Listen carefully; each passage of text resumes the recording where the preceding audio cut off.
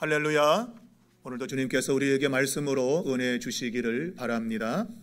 본문의 말씀을 가지고 천국 복음 전하는 것보다 중요한 것은 없습니다 라는 제목으로 함께 말씀을 나누겠습니다. 2월 14일은 발렌타인 데이라고 해가지고 여자들이 남자들에게 초콜릿을 주면서 사랑은 고백한다나 그런 날입니다. 젊은이들은 이날을 아주 학수고대하고 있죠. 그래서 또 3월 14일에는 또 남자가 또 사탕을 또 여자에게 주면서 화답을 하는 이러한 요즘 풍조가 있습니다. 여러분도 아마 발렌타인데이를 기다리고 있나요? 서로 이렇게 뭔가를 주고받는 것 좋은 겁니다. 사랑을 고백한다고 하는 것 좋은 겁니다. 근데 또 한편으로는 이 2월 14일이 안중근 의사가 이토 히로부미를 암살하고 나서 사형 선고를 받은 날이 2월 14일입니다.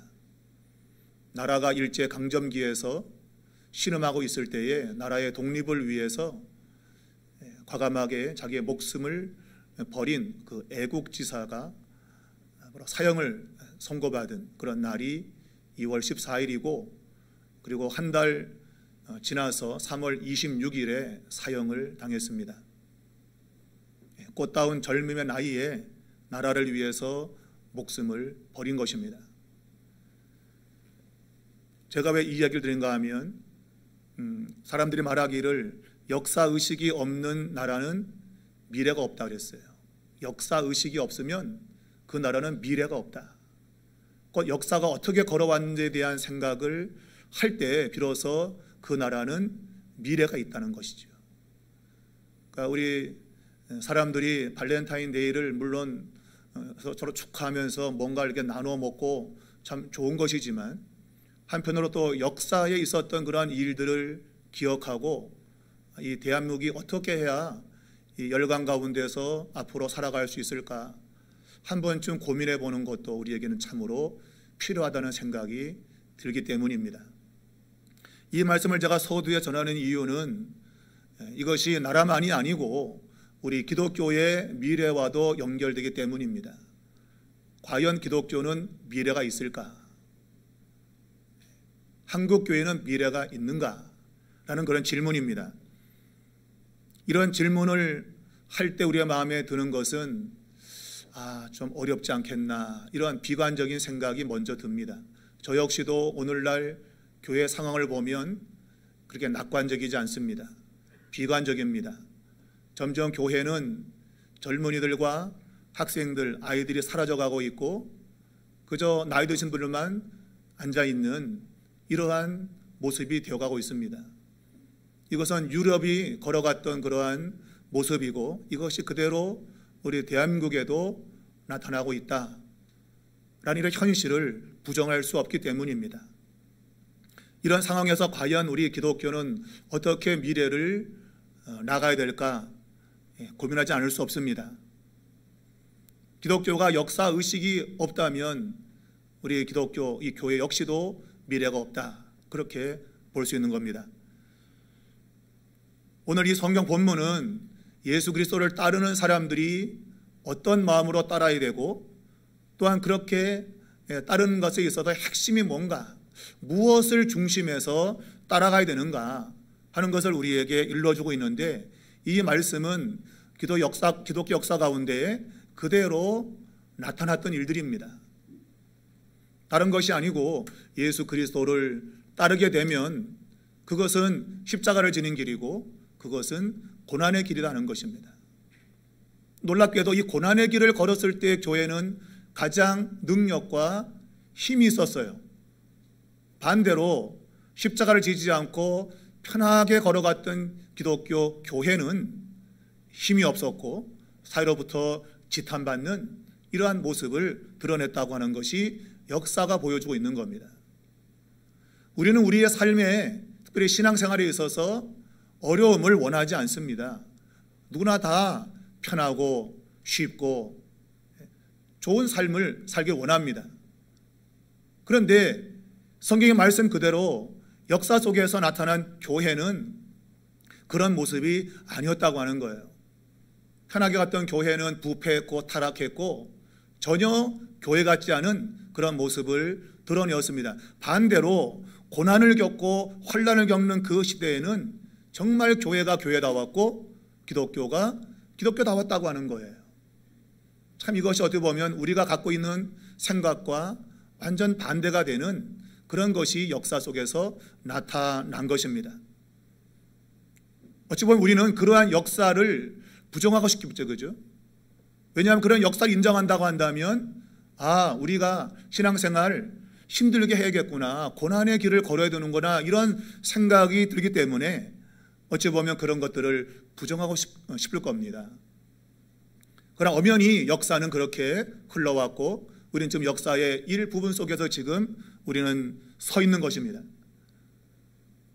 오늘 성경 말씀을 통해서 우리는 주님께서 가신 그 길은 십자가의 길이고 동시에 그것은 주님을 따르는 제자의 길이며 그 길 역시도 고난을 포함하고 있는 십자가의 길이라고 하는 것을 우리는 다시금 생각해야 된다는 것입니다.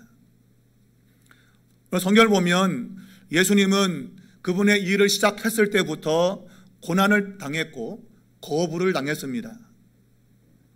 그런데 주님은 끝까지 그 길을 걸어가셨고 마침내 십자가에서 죽으셨지만 부활로 승리하셨습니다. 오늘 우리가 예수 믿는 이 길을 걸을 때 동일하게 고난을 겪겠지만 그러나 그런 고난이 와도 두려워하지 않아야 될 이유는 그런 고난받는 모습이 우리가 하나님의 나라에 속해 있다고 하는 것을 증명해 주기 때문입니다. 그럼 왜 어떤 의미에서 그러면 이 고난을 겪는 것이 하나님의 나라에 속한 것인가 하는 것을 오늘 본문을 통해서 살펴보고자 합니다.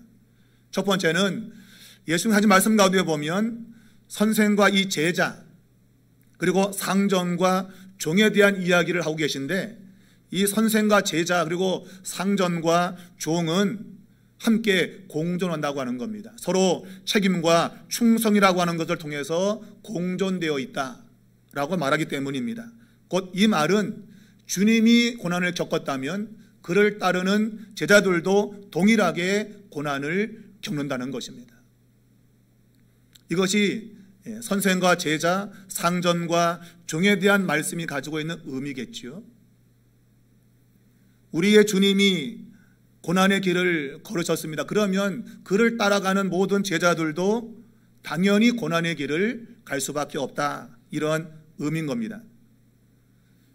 오늘 제자들이 예수님께 부름받은 이유가 뭡니까? 그것은 하나님 나라의 기쁜 소식을 전하기 위해서입니다.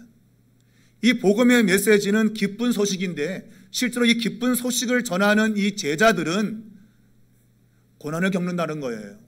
이게 모순입니다. 기쁜 소식을 전하는데 이게 기쁨이라고 하는 것으로 다가오는 게 아니라 고난이라고 하는, 환난이라고 하는 것이 다가오기 때문에 이게 참 모순된다고 하는 거예요. 그러니 선뜻 누가 아무리 좋은 걸 할지라도 이것을 전달할 때에 고난이 온다고 한다면 이것을 수락하기가 굉장히 어렵다고 하는 것이죠. 주님이 걸어가신 그 길은 고난의 길인데 주님은 그 길을 따라오라고 우리에게 명령하셨습니다.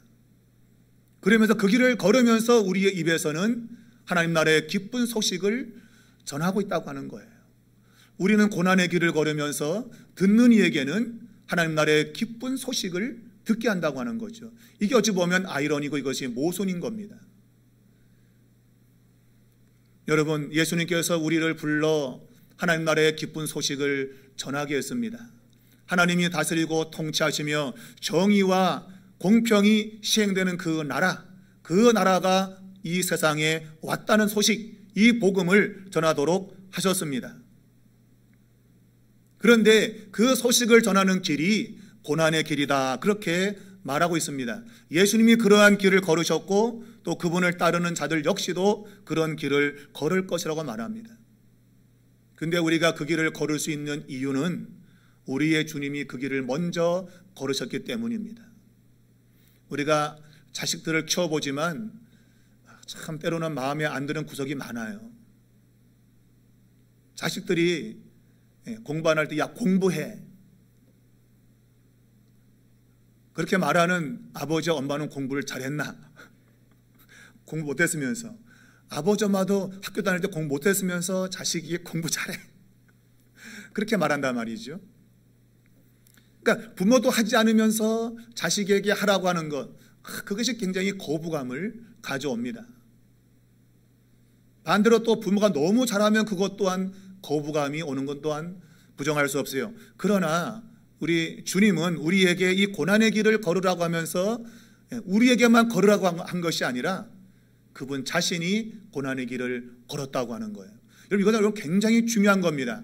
우리가 고난에 처했을 때 주님은 야 나도 그 길 걸었어. 근데 걱정하지 마. 내가 걸어보니까 그게 망하는 길이 아니라 승리하는 길이다 라고 하는 겁니다. 몸소 그 모든 고난의 길을 다 걸으시고 마치신 그 주님께서 오늘 우리 교회를 향해서 동일하게 말하는 거죠. 이 땅의 교회가 주님을 따르려고 할 때 고난이 찾아오겠지만 그러나 그 길을 걸어봐라. 그러면 내가 승리한 것처럼 너희도 승리할 것이다. 이것이 오늘 우리에게 찾아오는 은혜인 것입니다. 우리가 역사 가운데 교회가 고난의 현장에 있었습니다. 그럴 때마다 오늘 이 말씀이 주님께서 고난의 길을 먼저 걸어갔다고 하는 이 말씀이 교회에 힘을 공급했습니다. 주님이 그 길을 가지 않았다고 한다면 우리도 가기 어려울 겁니다. 그런데 우리의 주님이 먼저 그 길을 가시고 우리에게 걸어오라고 하시니 우리가 그 길을 걸을 수 있는 것입니다. 여러분, 주님께서 우리를 부르실 때 이미 승리를 우리에게 주시려고 하는 그러한 작정 속에 우리를 부른 것이지 우리를 그냥 고생만 시켜서 우리가 멸망하도록 부르신 것이 절대 아닙니다. 주님이 우리를 부르실 때 이 세상 속에서 십자가를 지고 주님의 뒤를 따르게 하실 때에 이미 승리를 우리에게 보장해 놓고 걸으라고 하신 겁니다. 왜냐하면 그분이 그 길을 걸어서 승리했기 때문인 것입니다. 여러분, 하나님은 이 제자들을 통해서 복음이 이 세상에 드러나도록 계획하셨습니다.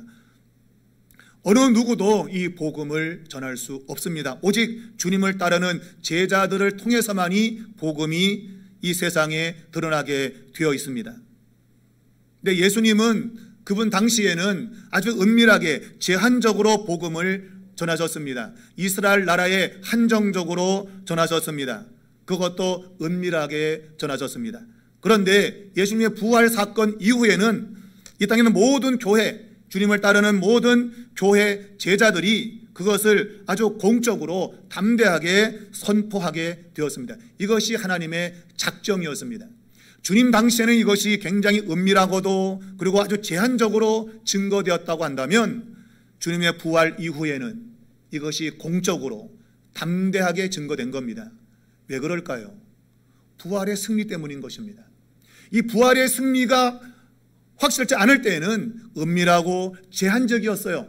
그런데 부활의 승리가 확정된 이후에는 교회는 그때부터 담대하게 공적으로 사람들에게 이 복음을 전하게 된 것입니다. 비록 고난의 시간이 찾아온다 할지라도 두려워하지 않았습니다. 왜? 부활의 승리를 믿었기 때문인 것입니다.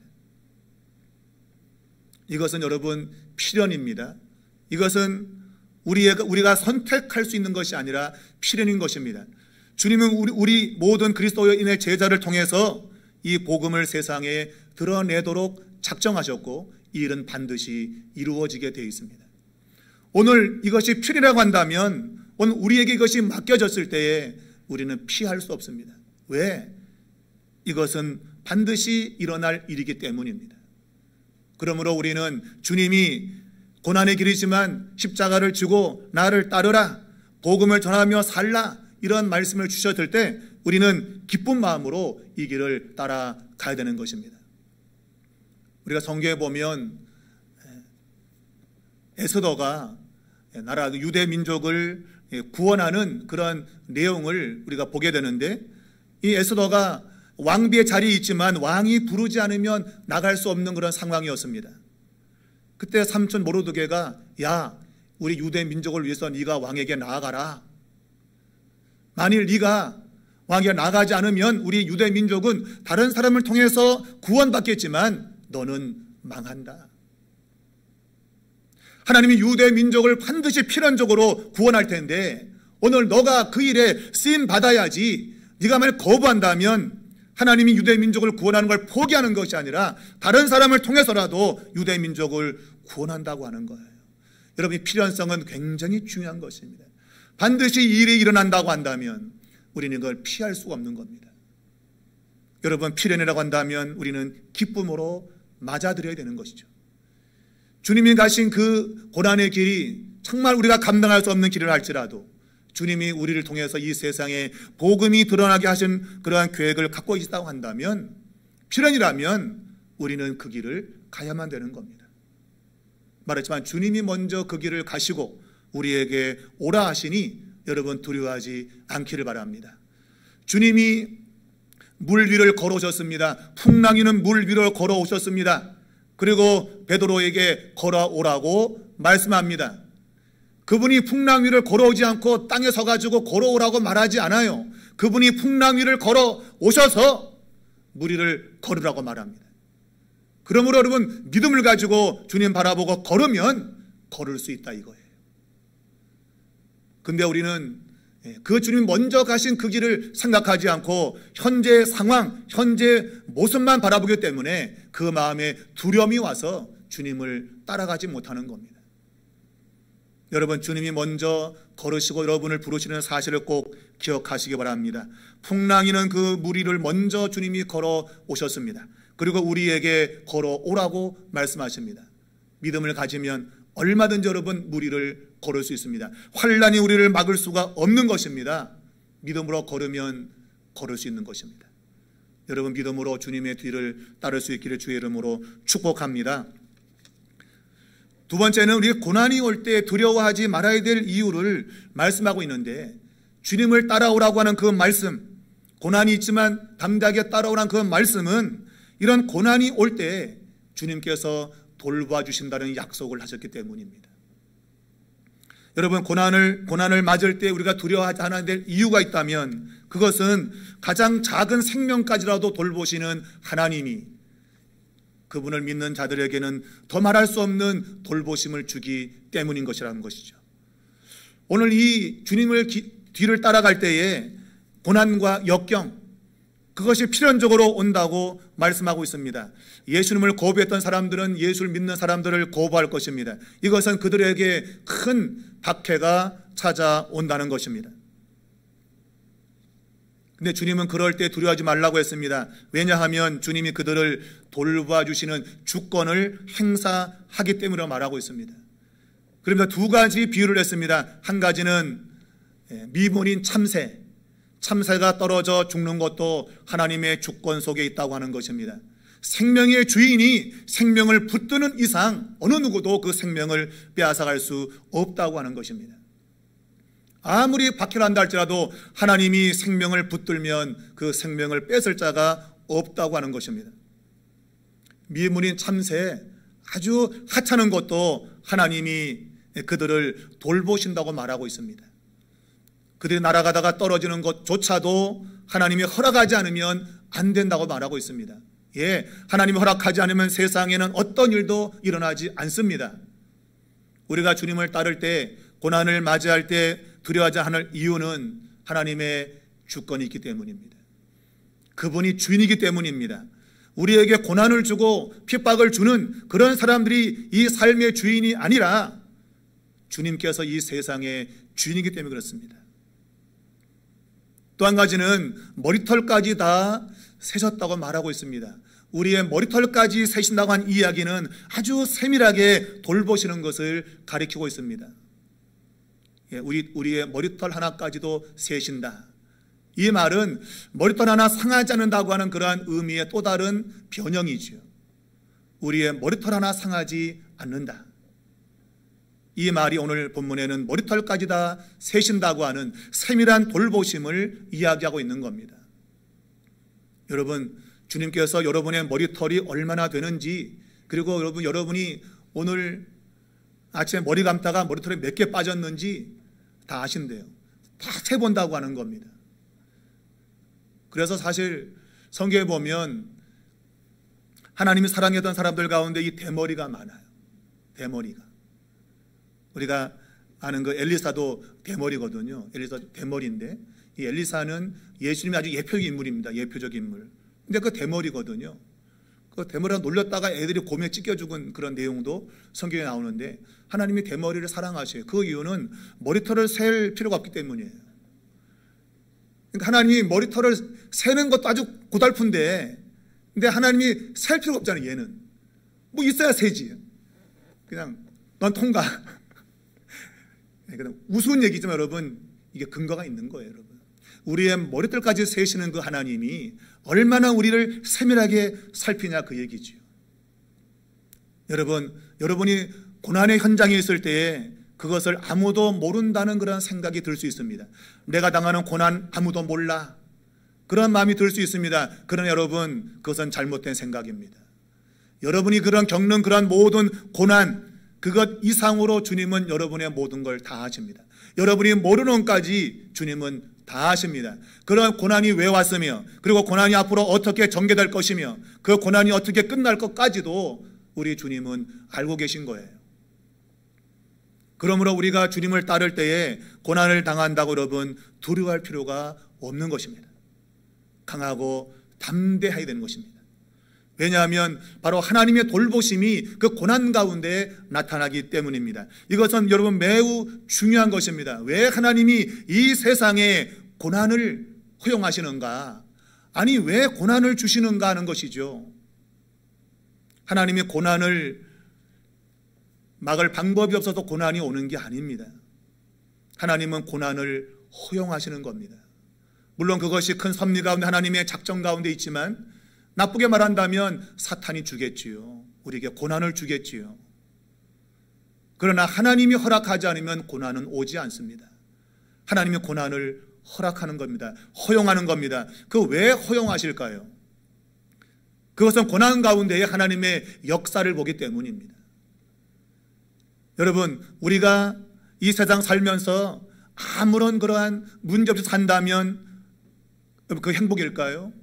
여러분, 왜 유럽 같은 잘 사는 나라에서 자살률이 왜 높을까요? 그냥 먹고 사는 문제가 없어요. 그런데 사람들은 자살을 합니다. 왜 그럴까요, 여러분? 어려움이 없는데, 고난이 없는데 왜 여러분 그런 일을 겪을까요, 여러분? 인간은 그러한 환경이 주는 것 갖고 사는 존재가 아니라고 하는 것이에요. 환경이 편하다고 그 인간이 인간다운 삶을 사는 게 아닙니다.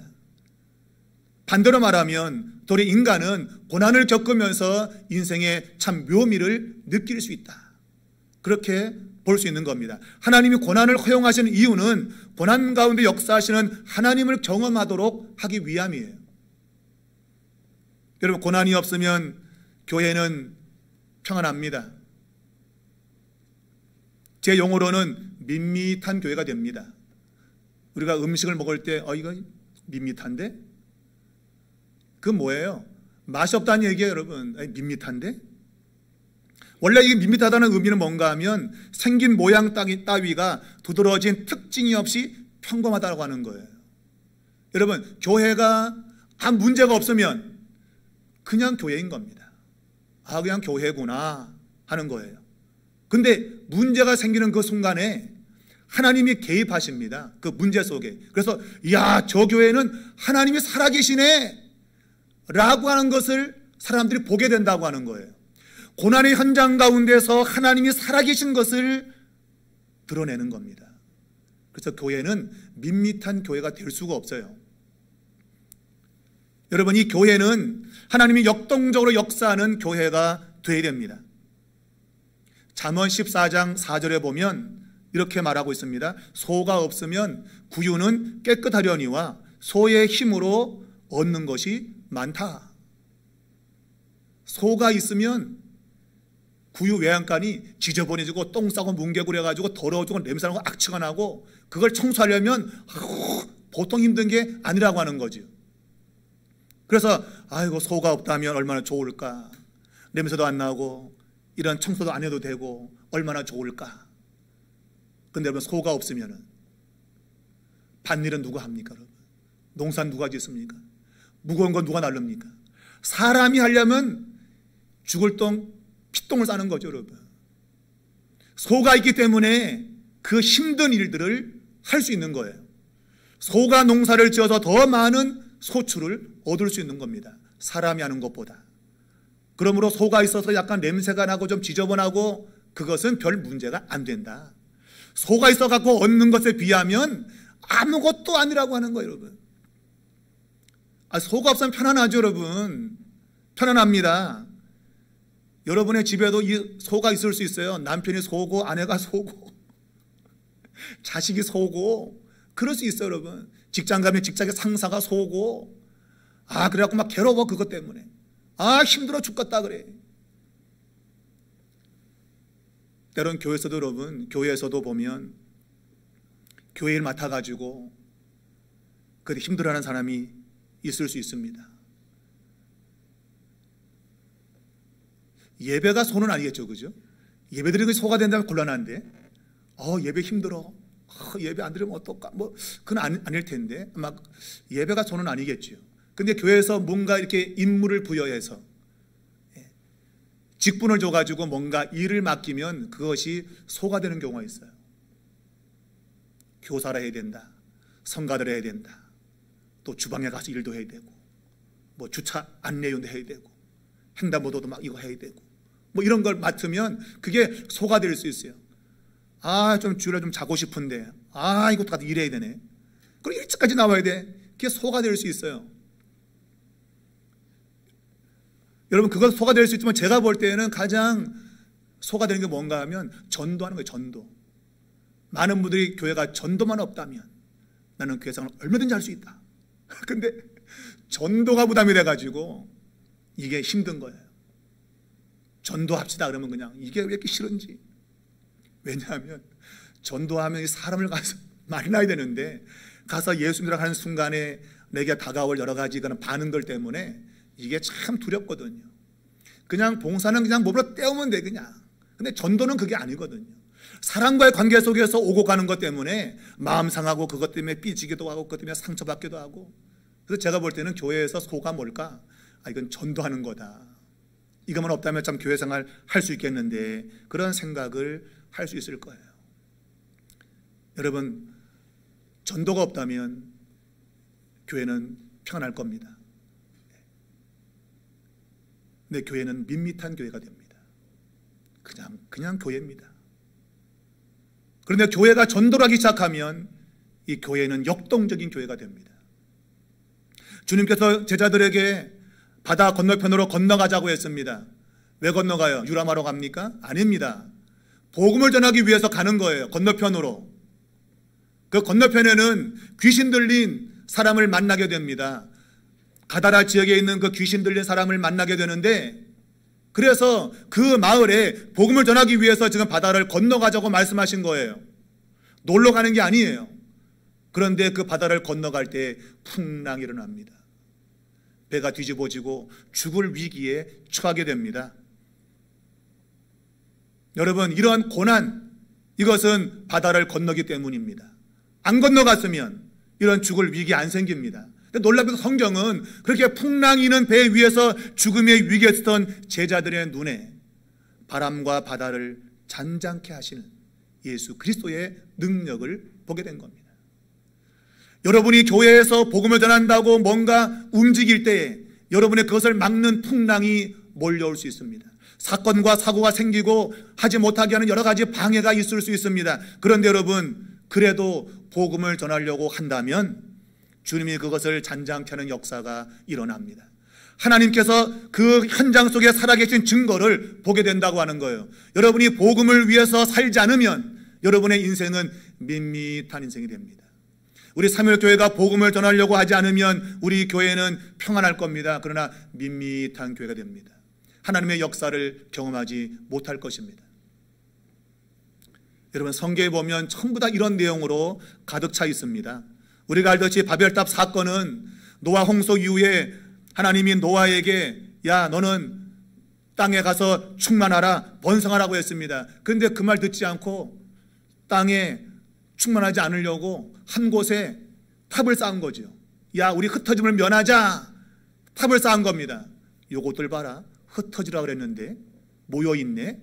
그래서 하나님이 흩어버리신 거예요. 그게 바벨탑 사건입니다. 아니, 땅에 충만하게 가야 되는데 가지 않은 거죠. 그래서 하나님이 강제로 흩어버리신 겁니다. 초대교회가 주님 말씀한 대로 성령이 임하면 너희가 땅끝까지 이르러 내 증인이 된다고 했는데 땅끝은커녕 예루살렘 교회를 벗어나지 못했습니다. 거기 옹기종에 모여가지고 박수 치면서 할렐루야 좋다, 우리끼리 좋다 그랬을 때에 그 예루살렘 교회에 환난과 핍박이 찾아왔습니다. 그러자 모든 제자들이 다 흩어졌습니다. 안디옥으로 소아시아로 다 흩어져 버렸습니다. 그리고 가는 곳곳마다 교회를 세웠습니다. 가장 먼저 세워진 교회가 안디옥 교회라고 성경은 말하고 있는데, 이 안디옥 교회에서 처음으로 예수 믿는 제자들의 이름이 생겼습니다. 그리스도인, 크리스찬이 생긴 거예요. 거기서 이름이. 오늘 여러분이 예수 믿는 크리스찬이라고 여러분이 자부한다고 한다면 여러분은 복음과 뗄래야 뗄 수가 없는 거예요. 이 복음을 전하는 그러한 환난 속에서 생겨진 이름이 크리스찬이라고 하는 거예요. 그냥 내가 예수 잘 믿고 내가 세상으로 성공하고 이래서 크리스찬이 아니에요. 여러분, 여러분이 복음을 전하는 환난 가운데 있을 때 여러분이 비로소 크리스찬이 되는 겁니다. 여러분, 이 크리스찬 이름은 아주 명예스러운 이름입니다. 흩어져 가지고 사람들에게 복음을 전할 때 우리에게 붙여진 이름, 저 사람들 그리스도인, 예수쟁이, 뭐 그런 뜻이죠. 예수 믿는 사람 많네. 그렇게 어려움 가운데서도 복음을 전하는 그들을 바라보면서 세상이 우리에게 붙여준 이름인 것입니다. 여러분, 교회는 밋밋한 교회가 되면 안 됩니다. 교회는 역동적인 교회가 되어야 되는데, 이것은 복음을 전할 때 이런 역사를 경험하게 되는 것입니다. 우리가 복음을 전할 때 환난을 당합니다. 그러나 환난 가운데 주님이 참새를 돌보듯이 우리의 머리털을 세신 것처럼 세밀하게 우리를 돌보시는 경험이 있게 되는 거예요. 여러분에게 그런 경험이 나타나고 우리 삼일교회 그런 경험이 나타날 수 있기를 주님의 이름으로 축복합니다. 마지막 세 번째가 제일 중요한 내용입니다. 오늘 주님 말씀했습니다. 누구든지 사람 앞에서 나를 시인하면 나도 하늘에 계신 내 아버지 앞에서 그를 시인할 것이요, 누구든지 사람 앞에서 나를 부인하면 나도 하늘에 계신 내 아버지 앞에서 그를 부인하리라. 우리가 천국 복음을 전한다고 하는 것은 고난을 받게 되는 일임에 틀림없습니다. 그러나 천국 복음을 전하는 이 일은 주님께 인정받을 수 있는 최고의 방법입니다. 여러분, 전도는 우리의 신앙 고백입니다. 내가 남에게 예수를 전한다고 하는 것은 나의 신앙 고백의 행위인 것입니다. 내가 입으로 아무리 내가 신앙 고백을 떠들어댄다 할지라도 내가 이것을 전하지 않으면 우리는 그리스도인이 될 수 없는 거예요. 오늘 누구든지 사람 앞에서 나를 시인하면 이것은 내가 예수 믿는 사람임을 선언하는 것입니다. 그리고 누군가에게 당신도 예수를 믿으라고 전하는 것입니다. 여러분, 이것은 목숨을 거는 일일 수 있습니다. 맞습니다. 목숨을 거는 일이었습니다. 그 옛날 초대교회는 예수 믿는다고 말하는 것은 목숨을 거는 것이었습니다. 그런데 이것이야말로 내가 오늘 하나님 나라에 들어가 있는 사람이고 내가 예수님의 제자이며 구원받은 사람인 것을 확증하고 증명해 주는 최고의 방법인 것입니다. 내가 사람들 앞에서 내가 예수 믿는다고 하는 것을 선언하면 하늘 법정에서 주님께서 우리가 구원받은 하나님의 나라 백성임을 시인한다고 말하고 있습니다. 인정한다고 말하고 있습니다. 여러분, 사람의 인정은 그렇게 중요하지 않습니다. 아니, 중요하지 않은 것이 아니라 중요하지요. 우리가 사람에게 인정도 받아야 됩니다. 그러나 여러분, 사람에게 인정받는 것보다도 더 중요한 것은 주님께 인정받는 것입니다. 주님께 인정받는 것이 우리의 최고의 목적입니다. 우리가 아무리 땅에서 많은 거 했다 할지라도 주님이 나는 널 몰라 그러면 허사인 것이죠. 여러분이 아무리 이 땅에서 봉사도 많이 하고 뭐도 많이 했어요. 그런데 여러분이 사람 앞에서 예수 믿는 것을 드러내지 않는다고 한다면 어찌 보면 주님이 나는 너를 몰라 그럴 수 있을 거예요. 오늘 내가 누구 앞에서 내가 예수 믿는다는 사실을 드러내고 당신도 예수를 믿으라, 그리하면 너와 내 집구석이 구원받는다. 이렇게 전하게 되면 하늘에 있는 법정에서는 오늘 우리가 그리스도인 맞다고 주님께서 인정해 주신다고 말하고 있습니다. 여러분, 전도는 남을 살리는 일이자 동시에 내가 구원받은 것을 확증하는 사건입니다. 교회는 여러분이 고난 가운데서 이 예수 그리스도를 증거하는 일을 통해서 이 땅에 존재해 왔습니다. 여러분, 교회는 이 전도가 없으면 존재할 수 없습니다. 근데 안타깝게도 교회는 점점 전도가 사라지고 있습니다. 이 말은 교회가 역사의식이 사라진다고 하는 거예요. 왜? 전도하면 사람들이 싫어하니까. 사람들이 싫어하니까. 나에게 그런 말 하지 말라고 하니까. 여러분, 앞으로 교회는 정말 공식적으로 전도하지 못할 때가 올 겁니다. 여러분, 차별금지법이 바로 그런 것이고, 내가 누군가 이제 예수 믿으라고 말하지 못합니다. 나 혼자 조용히 믿어야 됩니다. 결국 이것은 여러분, 교회가 소멸된다고 하는 것을 이야기하는 겁니다. 여러분, 교회는 전도 없이 존재하지 않습니다. 오늘 우리가 예수 믿고 산다고 하는 것은 바로 전도 자체인 겁니다. 내가 누군가에게 예수를 전하지 않는다는 얘기는 내가 구원받은 사람이 아닐지 모른다고 하는 거예요. 오늘 내게 구원의 그러한 생명의 역사가 있다고 한다면 가만히 있을 수가 없는 것입니다.